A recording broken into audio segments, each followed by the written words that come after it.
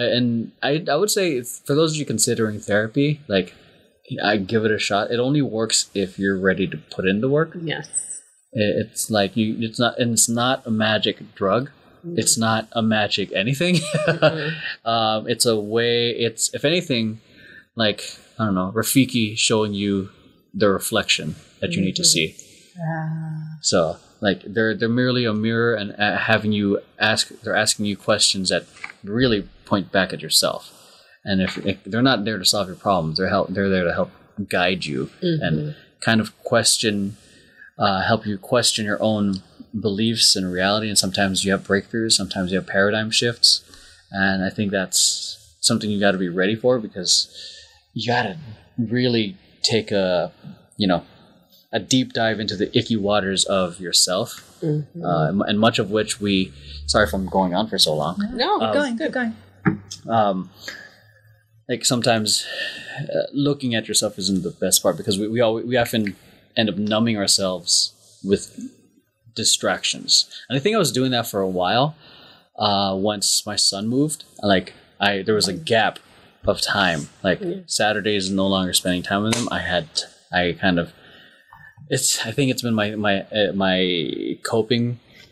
I think since college, breakup. There's a gap. I throw myself into work, and then I didn't let myself process it, but it was festering. And then the loneliness from it kept growing. But then therapy, she didn't fix it, but talking about it helped. And then her being an artist is like, dude, you're an artist. Like, create, use whatever the emotion is as a energy to create something. And I kind of did. So it was a video instead, because there's so many other things right now. I don't have time to do another dance video, to be honest.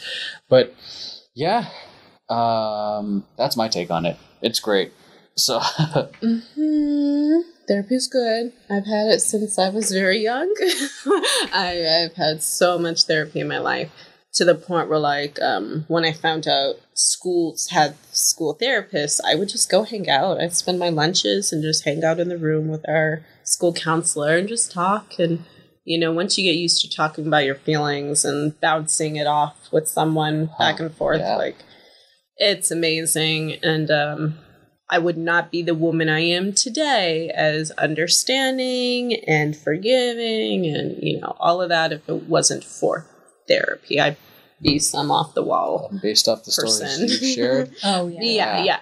Experiencing unfortunate things at a young age, seeing things, incidents you shouldn't see, sending your whole cheerleading squad to the hospital. Oh my gosh, college accidents. But yeah, there are certain things you go through in life, and if you don't know how to cope with it, it can really spiral, and it can eat away at all your family relationships, work relationships, intimate relationships. You can feel like the world's out to get you, and it's easy to fall into your life circumstances and feel like you're the victim, and you can be the victim, but you don't want to carry that on forever. You want to kind of be able to come up out of it and grow. Yeah, there's that saying, because when you said that, what came up for me was it's not your fault, but it's your responsibility. Yes. Life happens, man, but it's not your fault. Fucking economy went to shit, but it's your responsibility to try to make something happen. Yeah. And as tough as it is, but easier said than done. And yeah, I mean, damn, you're right into the deep end for this one, man. Yeah, and then I think that's and I think here in LA, I don't know how it is in the other places, in other cities, we're lucky to have other forms of therapy, such as dance movement therapy, paint therapy. Some people like the rage rooms, even though it's not necessarily like talk. No, not the art stuff. It's funny because how the therapy always it's going back to something active or creative, which is what much of, as far as at the time of this recording, Western society doesn't really value. Yeah. That's true. Yeah. Yeah, therapy doesn't just have to be sitting in a room with a licensed specialist talking about your feelings. You can be sitting in your room playing music, meditating.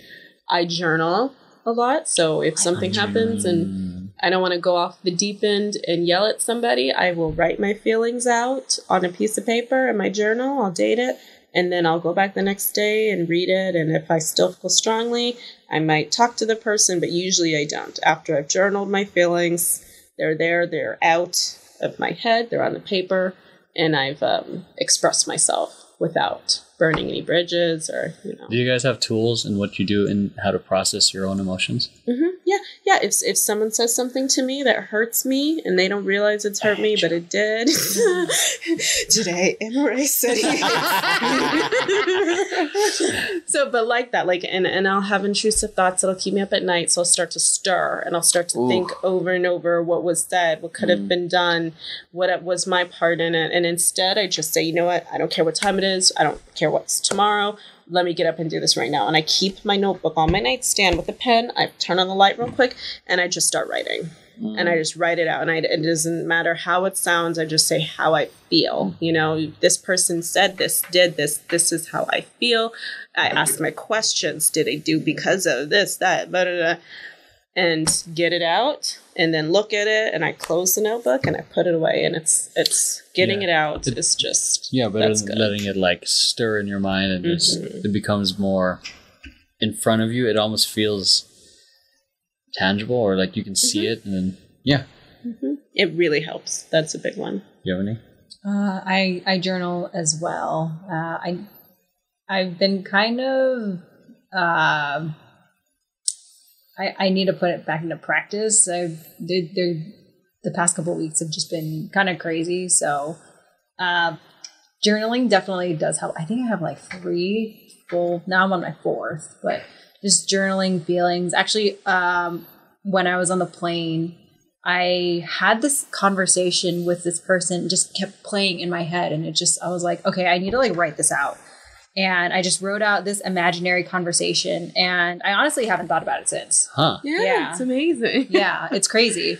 It is very therapeutic. It helps me see that whatever is in my head is actually, it's real, but it also everything gets bogged up in there. And you can be, it can just be really tumultuous. And then you're just playing it over and over and it bleeds into your everyday life. It bleeds into how you do things. And then if you don't deal with it up here, it'll definitely it'll make me forgetful. It'll make me oh crap, I need to do this. And then it's this downward spiral of everything just getting affected. So, so that's where I'm at right now. I need to go and journal.